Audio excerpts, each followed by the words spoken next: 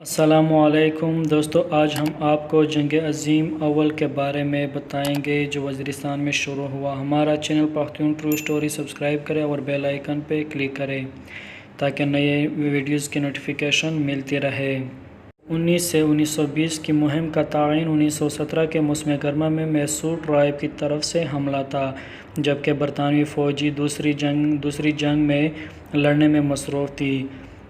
آخرکار برطانوی افواج نے سکون بحال کیا، تاہم 1919 میں وزیر اعظم نے برطانوی فوجی دستوں کے خلاف مزید چھاپہ مار کارروائیوں کے لیے تیسری اینگلو افغان کے جنگ کے بعد افغانستان میں بدامنی کا فائدہ اٹھایا۔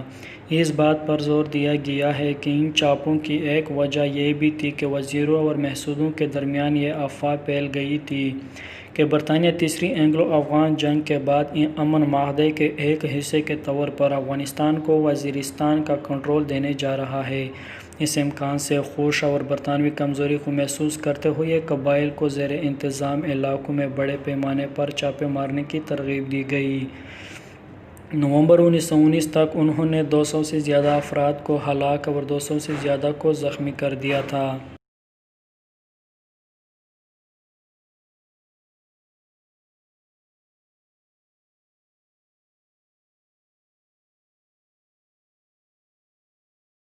ان کو محکوم کرنے کی پہلی کوشش نومبر 1919 میں شروع ہوئی، جب major general sir Andrew Skeen نے توچی وزیروں کے خلاف ایک سلسلہ شروع کیا۔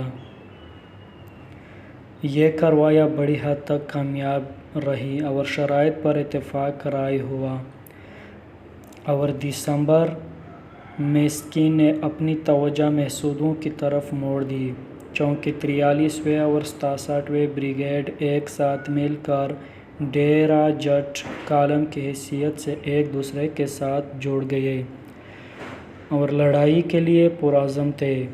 انہیں زبردست مزاحمت کا سامنا کرنا پڑا جب بڑی حد تک ناتجربہ کار ہندوستانی یونٹ عزم مند مسلح قبائلیوں کے خلاف برپا ہوئے۔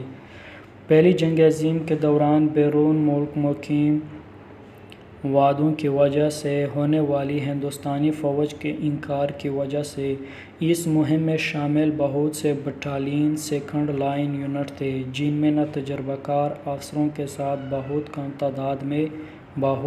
تعداد میں جوان تھے۔